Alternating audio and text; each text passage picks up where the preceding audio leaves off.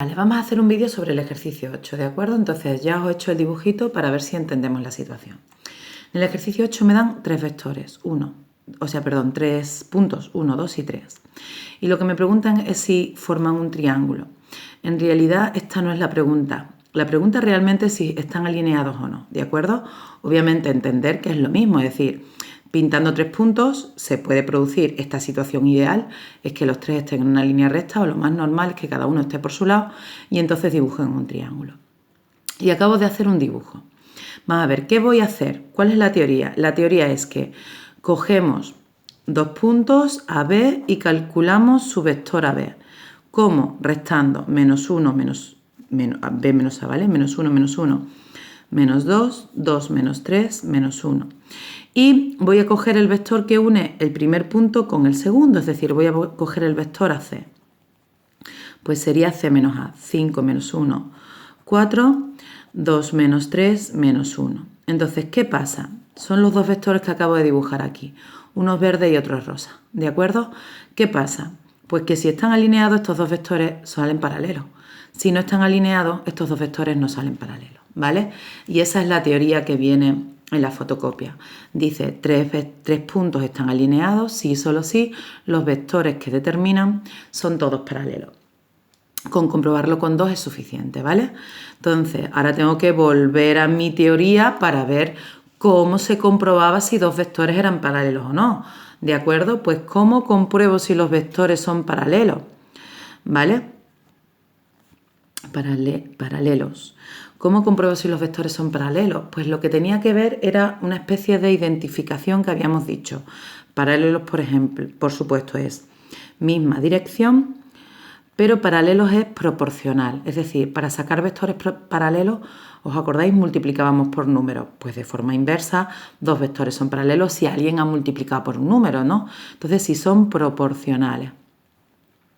Entonces, para comprobar si son vectores paralelos o no, lo que tengo que buscar es la proporción que formarían sus componentes. Pues menos 2 partido de 4, menos 1 partido de menos 1 y comprobar si efectivamente forman esa proporción o no. A veces dividiré, a veces multiplicaré en cruz. Esto es obvio que no, ¿no? Porque menos 2 entre 4 sería menos 1/2, aquí me quedaría 1. Multiplico entonces.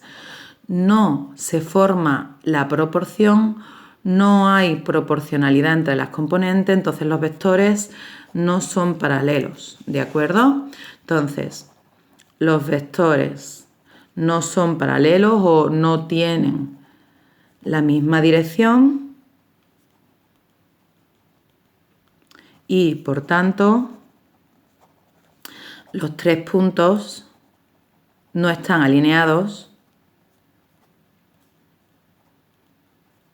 por lo que forman un triángulo, ¿vale? Este sería el ejercicio de examen, ¿vale? Operaciones, cuentas, deducción. Bien, pues apartado B. En el apartado B me hablan de la fórmula de Herón. La fórmula de Herón es una fórmula nueva para calcular áreas de triángulo, que parte de esta fórmula de aquí, donde A, B y C son las medidas de los tres lados y ese es el semiperímetro, es decir, ese sería el perímetro del triángulo, la suma de esos tres lados partido de 2. Entonces estamos en una situación en la que me han dado tres puntos, A, B y C. Yo he demostrado que efectivamente el dibujo es un triángulo y lo tengo que demostrar analíticamente, ¿eh? No vale pintarlo en los ejes coordenados, a ver si alguien me lo va a hacer así. ¿De acuerdo? Lo podéis hacer si queréis para comprobarlo, pero no. Y quiero calcular este área, ¿vale? Pues utilizando esta fórmula no necesito calcular la altura. ¿Qué necesito en realidad? A, B y C. ¿Quién era A? Esto. ¿Quién era B? Esto. ¿Quién era C? ¿Recordáis la notación de Euler? ¿Vale? Pues necesito saber estas medidas. Pues ¿cómo sé estas medidas? Uy, me voy al formulario. En el formulario, por ahí dice que la distancia entre dos puntos es igual al módulo del vector que los une, que si alguien no lee esta fórmula, pues lo interpreta ¿Cómo se mide la distancia de este segmento? Pues por definición, si lo veo en forma de vector, la medida de ese segmento es el módulo de ese vector, ¿de acuerdo? Entonces, ¿qué tendríamos que hacer? Pues calcular todos los vectores. Por ahí ya teníamos calculado el AB, ¿de acuerdo? Que era el -2, -1. Teníamos calculado este, el AC, que era el 4 menos 1. ¿Quién nos falta por calcular? Este, por ejemplo, ¿no? El BC.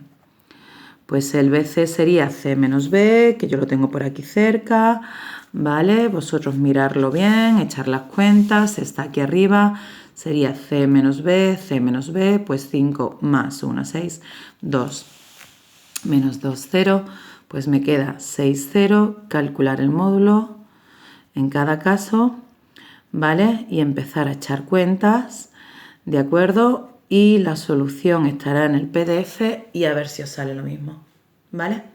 ¿Sí? Bien, esta fórmula es nueva y es para ponerla en práctica, ¿de acuerdo? Ahora me dicen, apartado C, que yo diga yo si este triángulo es rectángulo o no, ¿vale? Pues para comprobar si es rectángulo o no, ya que tengo aquí hechas las medidas, pues podría utilizar el teorema de Pitágoras, ¿no? Por ejemplo, sabemos que un triángulo rectángulo, sí, solo sí, la hipotenusa al cuadrado es igual a la suma de los cuadrados de los catetos.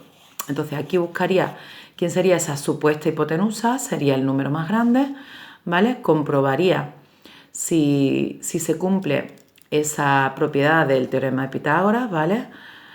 Que es que la suma de los cuadrados de los catetos coincide con el cuadrado de la hipotenusa. Si es así es rectángulo, si no es así no. Y bueno, pues echar las cuentas aquí también y comprobarlo, ¿vale?